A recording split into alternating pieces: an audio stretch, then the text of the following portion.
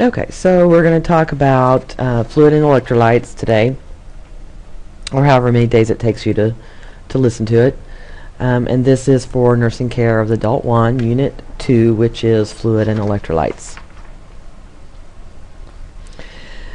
And the main reason we talk about fluid and electrolytes is the idea of homeostasis. So what is homeostasis? Homeostasis is a relative constancy, equilibrium. So we want this equilibrium in the internal environment of the body, and we maintain that, our bodies do, through adaptive responses. And so it's not something that we consciously control. We don't know that it's happening, but it's happening every second of our day. So when we're talking about fluid and electrolyte balance, we either have optimal balance or we have disrupted balance. Imbalances in fluid and electrolytes can be too little fluid, too little electrolytes, too much fluid or too much electrolytes, or, especially in the case of fluid, it can be misplaced. It can be somewhere where it's not supposed to be. So fluid and electrolyte balance is defined as the process of regulating extracellular fluid, body fluid osmolality, and plasma concentrations of electrolytes. So that's a pretty tall order. So we're going to find out what is extracellular fluid. We're going to find out what is osmolality, and we're going to talk about what plasma concentrations of electrolytes should be. When we talk about body fluid, what we mean is that this is water plus the substances that are dissolved in it. So what are the substances that are dissolved in our body fluid? Partly it's the electrolytes. Started to say electronics. That's not correct. Partly it's the proteins. It's the acids that our body produces with metabolism. It is the bases that our body requires to neutralize those acids. So there's a lot of things dissolved in the water that comprises our body fluid. Important characteristics of body fluid include the volume. So we need to have an adequate volume. We don't want to have too much, and we don't want to have too little. And then the concentration of that fluid. Now the concentration is going to be affected by those substances that are dissolved in it. So we have our solute and we have our solvents. You might remember that from, I don't know, chemistry or wherever you learned it. But it's that concentration that affects osmolality. So the more concentrated it is, less water, or the more solutes or things dissolved in it, changes the osmolality. So we would have an increased osmolality. If we have more water or fewer things dissolved in it, then we would have a decreased osmolality. So osmolality is the concentration of whatever fluid. In this case, we're talking about body fluids. Since most of the labs are drawn from blood, then we're talking about serum osmolality. And you should know what serum is from Unit 7. So like I said, most of your substances that are dissolved in the water are electrolytes. Now electrolytes are charged particles in water, or that become charged in water. So you probably recognize this more as ions. So they can be positively charged or they can be negatively charged. We don't worry a lot about that in nursing. Primarily what we're interested in is what kind of electrolyte are they. So most people drop the term ion and we just use the chemical, such as instead of saying potassium ion, we just say potassium. Instead of calcium ion, we just say calcium. So we usually just drop the ion. But everybody knows we're talking about an electrically charged particle. We're just not necessarily measuring it that way or utilizing it that way. So all body fluids contain electrolytes, and we're going to discuss the different areas of body fluids and the composition of those body fluids. So what electrolytes are where. We'll talk about distribution and movement and regulation. There's primarily three processes for maintaining fluid and electrolyte balance, and they're actually fairly obvious once you hear them. Intake or absorption, so we not only have to take in the fluid and the electrolytes, we have to absorb them into our system.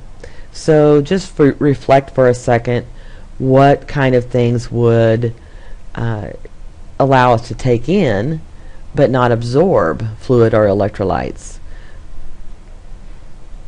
Usually the first thing that comes to mind here would be diarrhea. So a person with diarrhea has the potential for a fluid and an electrolyte imbalance. If the areas of the bowel that are supposed to absorb certain minerals, for instance, calcium is best absorbed in the lower small intestine.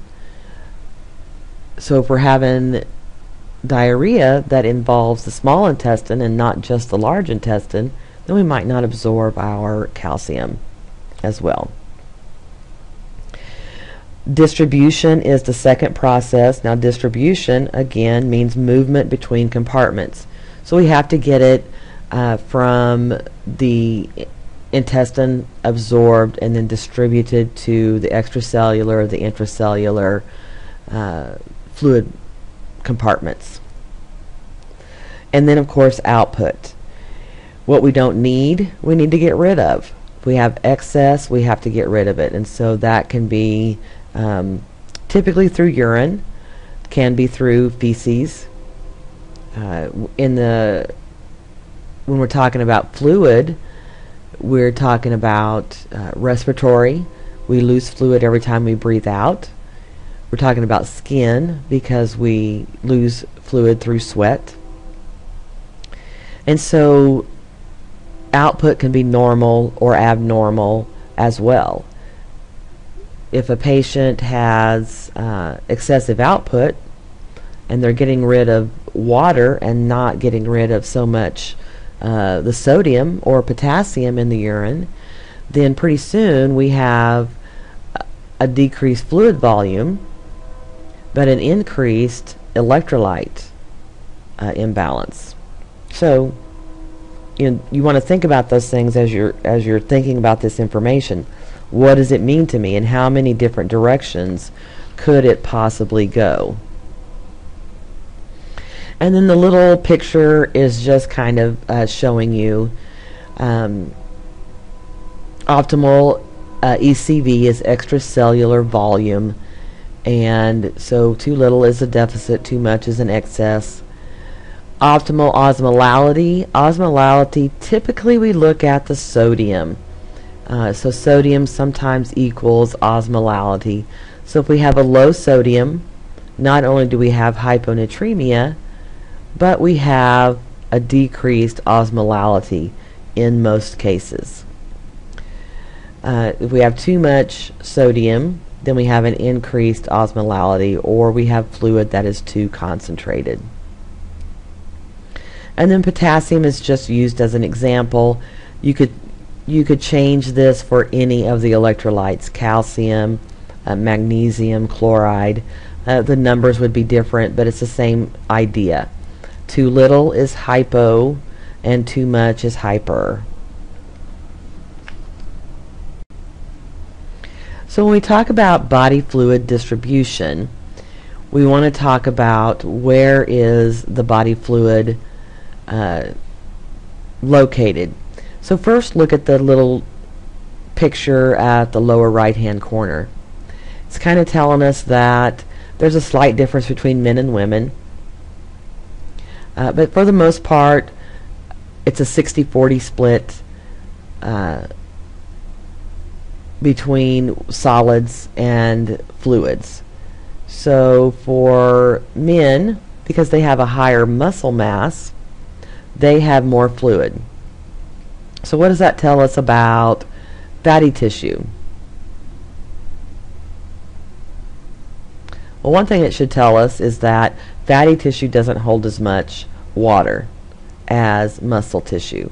And so women, as a general rule, have more body fat per pound than men do. So women have a lesser amount of total body fluid.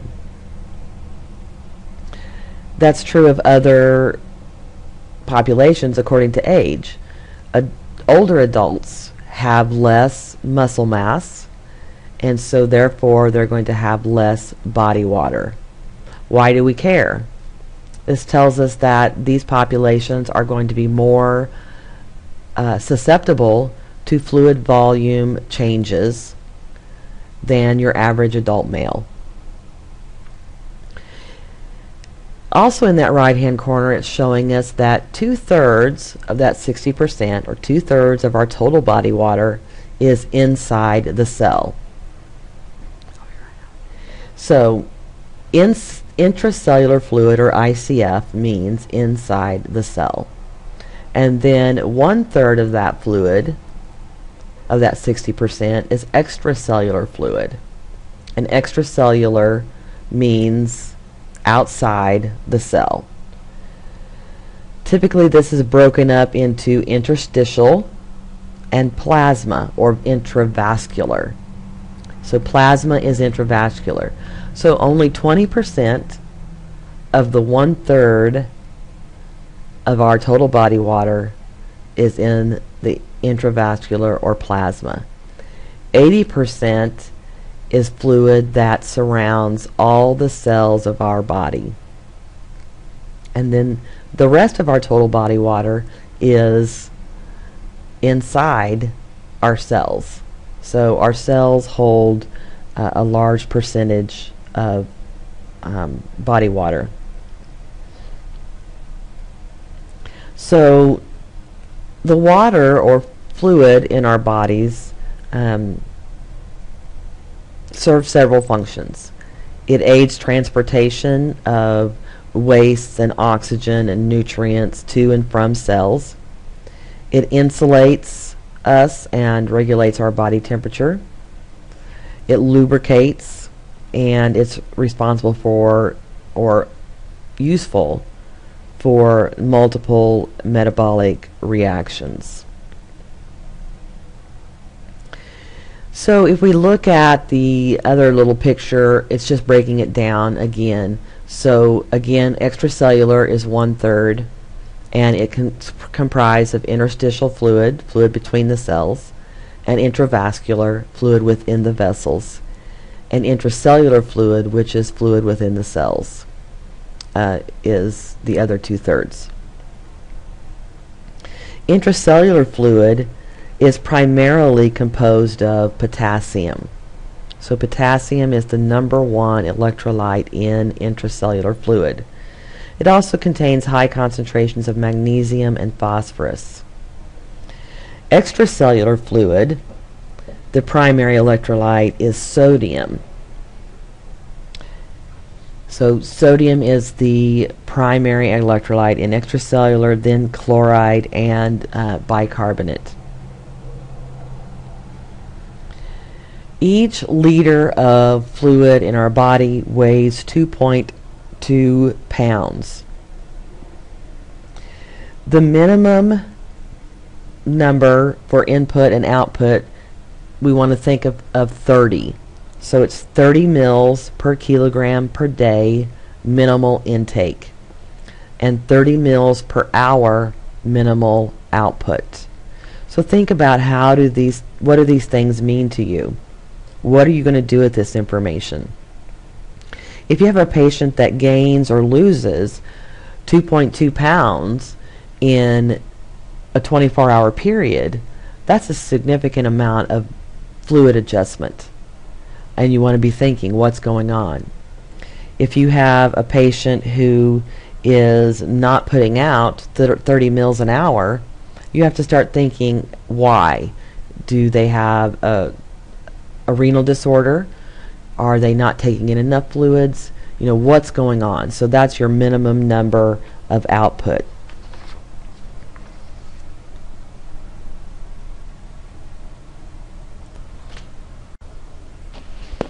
Okay, so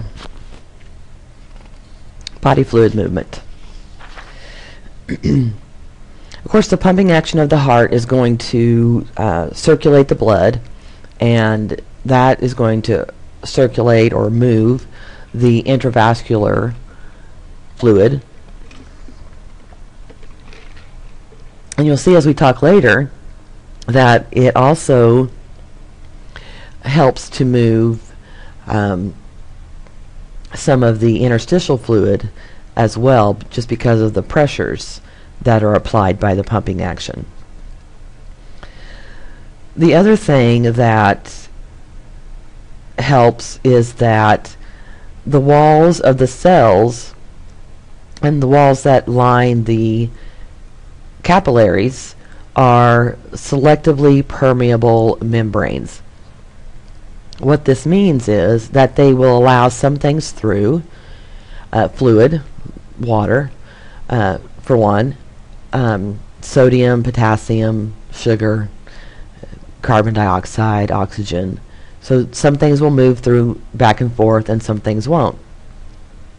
Things like proteins in the blood typically don't pass through the capillaries to become part of the interstitial fluid. There are four, well, let me go back for a second and just say that, again, water readily moves between the intercellular fluid and the extracellular fluid.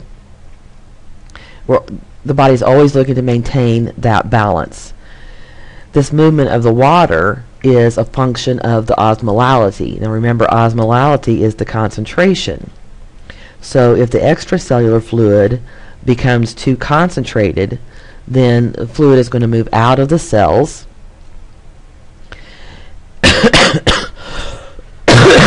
trying to balance that osmolality. When fluid moves out of the cells, if it's a large amount of fluid, then the cells are going to shrivel. And brain cells are going to be most impacted by this movement of fluid. If the extracellular fluid is too dilute, or we have decreased osmolality in the extracellular fluid, then the water is going to enter the cells, and the cells are going to swell and have the potential to rupture. So you see in the bottom, the picture in the bottom is kind of showing you what will happen. So in this case we're using red blood cells, but you could substitute any cell, such as brain cells, for the red blood cells. So in a hypotonic solution, hypotonic meaning less than the osmolality of the blood, then the cells are going to swell because the extracellular fluid is too dilute and water is going to move into the cells, causing them to rupture.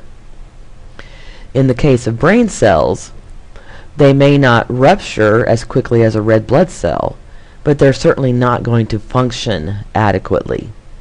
And so you're going to see symptoms related to poor function of the brain cells.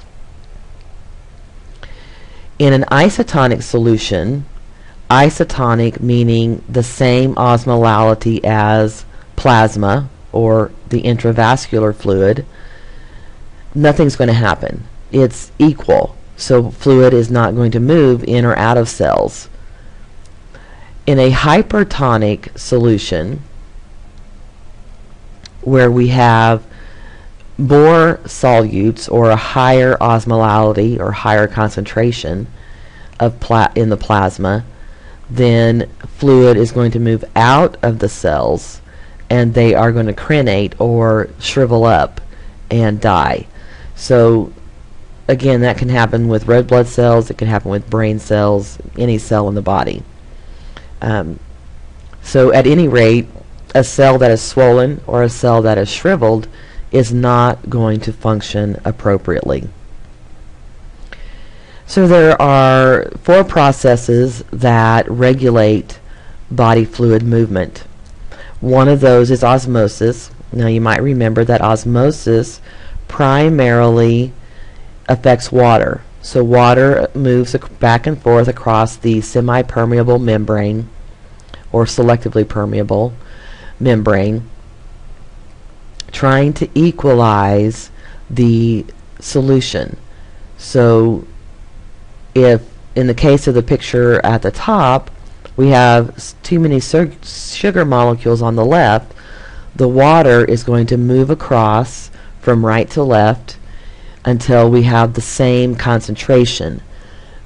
So if we have 1 particle of sugar to 5 particles of water on the left and 1 particle of sugar to 20 particles of water on the right, we want to try to equalize that. So water will move to the left until we have the same on each side, whatever that might be. Diffusion is movement of solutes. So in diffusion, the sugar molecules would move across the membrane. And so the water would stay the same on each side, but we would equalize the concentration by moving the sugar. And then we're going to talk about filtration and hydrostatic pressure and active transport later. So the sodium-potassium pump is an example of active transport. Remember that potassium is higher inside the cell and sodium is higher outside the cell. So if we have too much sodium inside the cell, it's not going to move across by diffusion, because diffusion is from a higher concentration to a lower concentration. Well, that isn't the case when we have sodium inside a cell. When we have sodium inside the cell, it's lower concentration than outside. But we don't want to have too much sodium in the cell, so we need to move it out. In order to do that, we're going to use this sodium-potassium pump. And so energy is needed to move the sodium from inside to outside. And it usually requires some type of carrier molecule that binds with the sodium or whatever is in the cell that we want to move it out. This example is showing you insulin and glucose. And this concept is more important when we get to pharmacology, but it's the same idea. Glucose can't enter the cell without that carrier molecule, and in this case the carrier molecule is insulin. And so insulin is the key to get glucose into the cell. So that's the sodium-potassium pump. Then the hydrostatic pressure or capillary filtration is another method of moving fluid.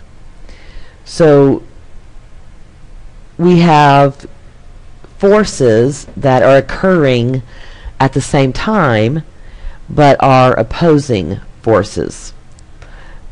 Whichever force is stronger at that particular point wins. So what are they? Well, we have hydrostatic pressure, which pushes fluid out of the capillary. And this occurs on the arterial side of the capillary. So on the arterial side, the hydrostatic pressure is greater, and it's going to push the fluid out into the interstitial spaces.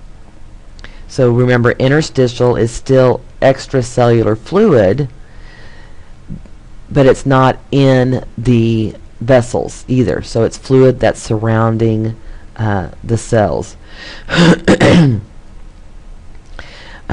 The interstitial pressure is weaker on the capillary side, and so the movement on the arterial side is what I meant to say. The movement on the arterial side is for fluid to leave the capillary. Then on the venous side of the capillary, we have colloidal pressure or osmotic pressure. Colloids are large proteins, and just like sodium, they attract fluid. So on the venous capillary side, the colloidal osmotic pressure is stronger, and this pulls fluid in, and the interstitial pressure is weaker, and so the movement is fluid into the venous side of the capillary. So what happens as that fluid moves, when we're on the arterial side, then fluid, oxygen, nutrients move out across the semipermeable membrane into the interstitial fluid, and that flow of fluid kind of is going to, just like a running river, cause a ripple effect, so all that fluid is in motion. And then we get to the venous side where that colloidal pressure is pulling fluid in, and now we're pulling in the carbon dioxide and the metabolic acids and the other waste products to be circulated back around. So if we have a change in one of these, for example, we don't have adequate hydrostatic pressure, fluid is going to stay in the capillaries. And if we don't have adequate colloidal pressure to draw that fluid back in, fluid is going to stay in the interstitial spaces. And so when we have fluid remaining in the interstitial spaces, what are we going to see? What do we see when we have fluid buildup in the tissues, is what we typically say. It's not in the cells of the tissues, but it's in the spaces between the cells, and we have edema.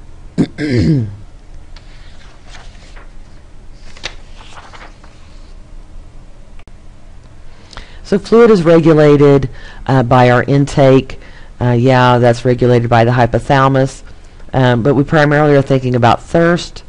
So thirst is stimulated when the volume decreases and the chemoreceptors are stimulated. Thirst is typically decreased in aging, and so again, that puts our aging population at risk for dehydration because they're not as likely to feel thirsty. And of course there are other reasons, like they don't have access, they're immobile, the bedside table's too far away, whatever. Fluid regulation is also done by hormonal control. So we have the RAA system, and this is the renin angiotensin aldosterone system.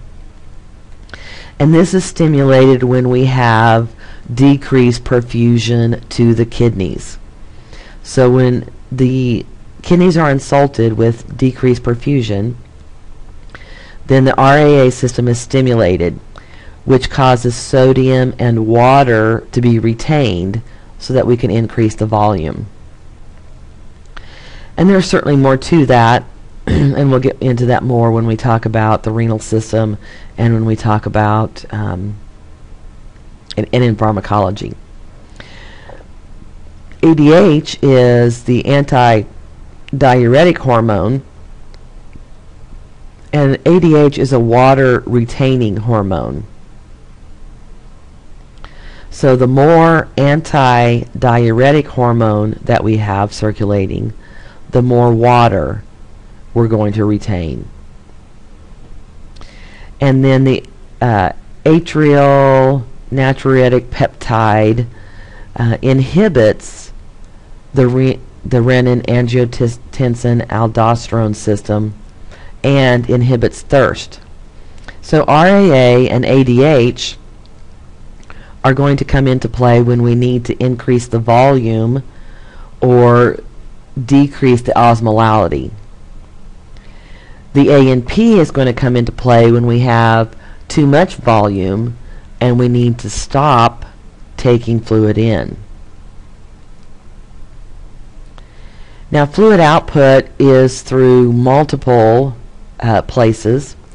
The lungs, we don't often think about the lungs as a method of fluid output, but remember, every time you exhale, you are exhaling water vapor along with the carbon dioxide. The kidneys are our primary source of fluid excretion, and the skin, obviously when we sweat we're losing fluid. The bowel, we lose fluid in our feces as well. And sometimes fluid is what we call, so fluid through loss through the lungs is what we call insensible. Sometimes loss of fluid through the skin is insensible. Insensible simply means that we don't see it, we don't observe it. Whereas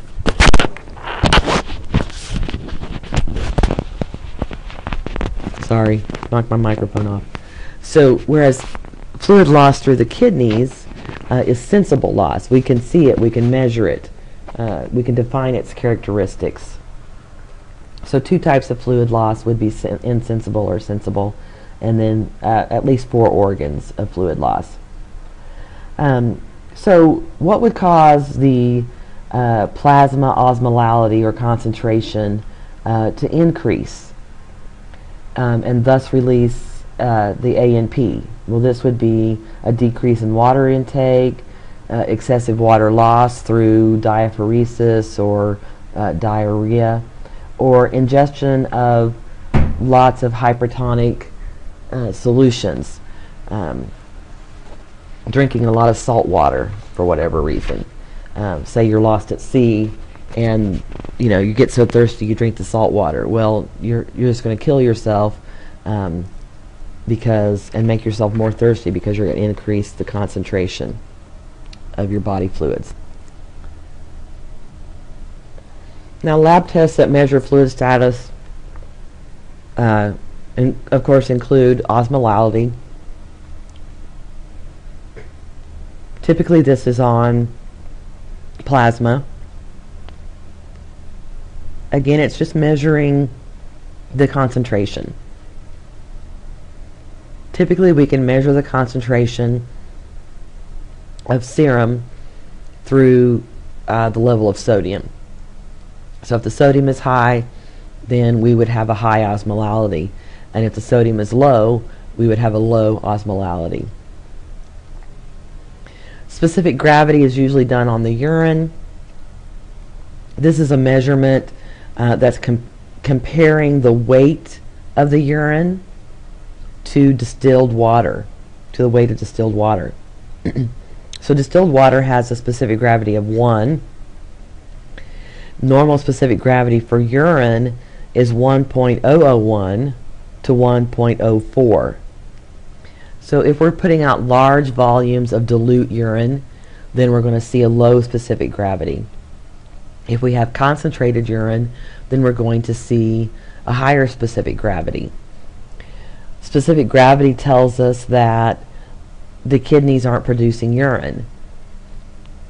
It can be an indicator of volume status. If the kidneys aren't putting out urine, why is that? Is it because there's not enough volume available? Or is it because there's adequate volume, but there's poor cardiac output? The heart isn't circulating appropriately. So that's going to insult the kidneys, and they're going to say, if you're not going to help me, I'm not going to do my job. So they're not going to put out urine. So the kidneys, they're easily insulted. The BUN, or BUN, some people call it, is measuring the end product of protein metabolism. Now this can be dietary proteins. It can be body proteins, such as muscle breakdown. So, but it's an indirect measure of fluid volume status, so that if it's elevated, then we will often be able to see other signs that the patient is dehydrated. If it's low, then that might indicate a fluid volume excess within the vascular system. Now remember, most of these tests that are done on serum are just telling us what's going on in the blood and may not be a true indicator of what's going on in the rest of the body. Creatinine is another measure of end product of a metabolism of protein, but primarily body protein. So normally the kidneys would excrete that, or the body would utilize the proteins another way. But when the kidneys aren't working correctly, the proteins leak into the urine, or this end product of the proteins leaks into the urine. And we see that in the creatinine. So, creatinine is a better indicator of renal function than is the BUN, because it's not as easily affected by dietary protein as the BUN is.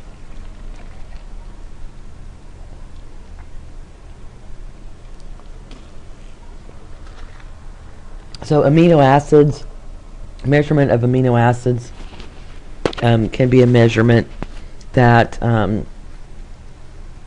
we're going to see more ammonia produced, which then is converted to urea and excreted in the urine. The hematocrit, you remember hematocrit is a measurement of the volume of the percent of red blood cells. So how many red blood cells in a volume of, or what's the percentage of red blood cells in a volume of blood? So if we have a high hematocrit, it can be an indicator of low fluid volume. And if we have a low hematocrit, it can be an indicator of high fluid volume, as opposed to a true anemia. We've simply, so that's always something to look at. If you have hemoglobin hematocrit done, and the hematocrit is low, but the hemoglobin is normal, why is that? Does that mean that the patient got a large bolus of fluids, and so the intravascular volume is dilute, and that's going to decrease the hematocrit?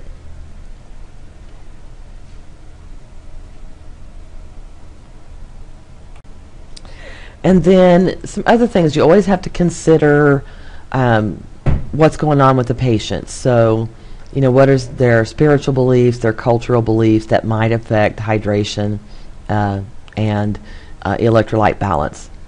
So here's an example, and that is that Muslims celebrate Ramadan.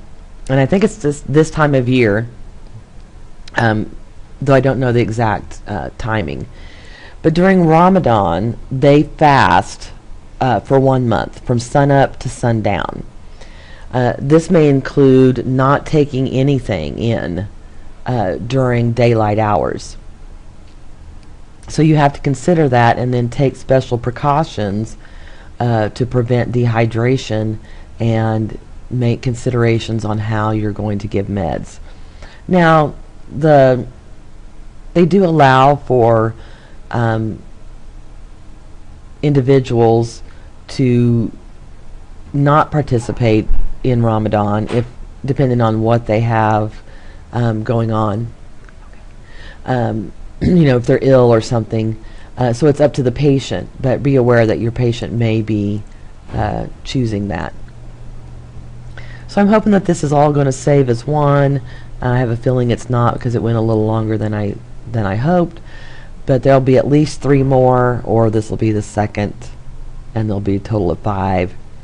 Who knows? So thanks for listening.